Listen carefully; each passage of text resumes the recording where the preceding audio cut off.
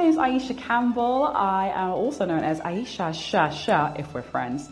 And I am a mother, I am a wife, and I am a very, very creative person. I have my own YouTube channel called Ayeshashasha, and that's where you can find me showcasing a whole host of different things, different crafts, different games that I like to play, different unboxings. Basically, if it is kawaii, you will find it there. So when it comes to being a black creator, what I personally have noticed is that, and it feels quite sad really to have to say this, but I personally feel that I don't get as much visibility as I may, and I'm not just saying this from my own perspective, other people have told me as well.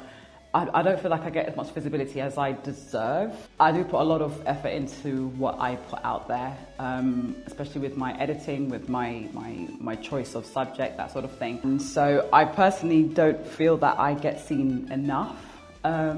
Whether that is necessarily just because I'm black, not sure, but it kind of looks that way when you look at other black creators who also put out great work and see that their stuff just isn't really hitting the same numbers as, say, your average white influencer who is doing the very beige thing of following what everybody else is doing.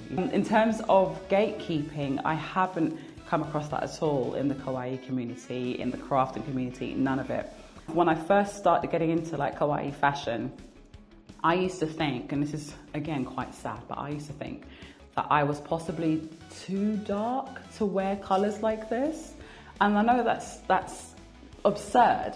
It's absolutely absurd, but it's absolutely the truth. You know, I worried that people would look at me and think, oh, who is she trying to be? Especially with the hair.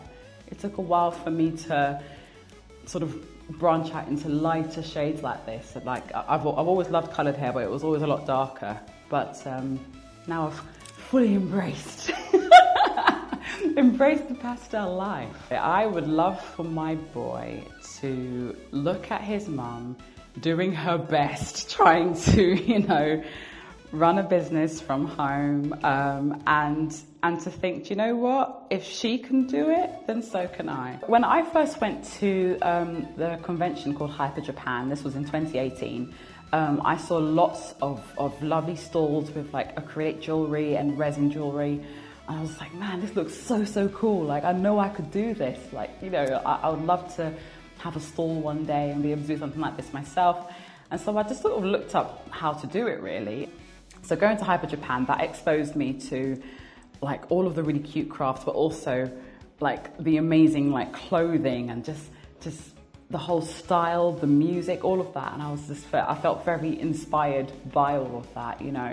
I'm wearing 2 plushes on my head right now. These were actually key rings. They were both gifts from different people.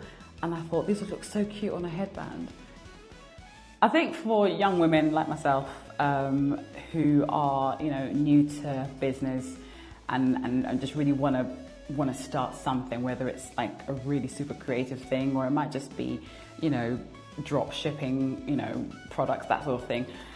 Do your research, look into it and see if you actually genuinely have the time, because it takes a lot of time. Make sure that you have time with your family first. They are the most important thing, and the business comes second.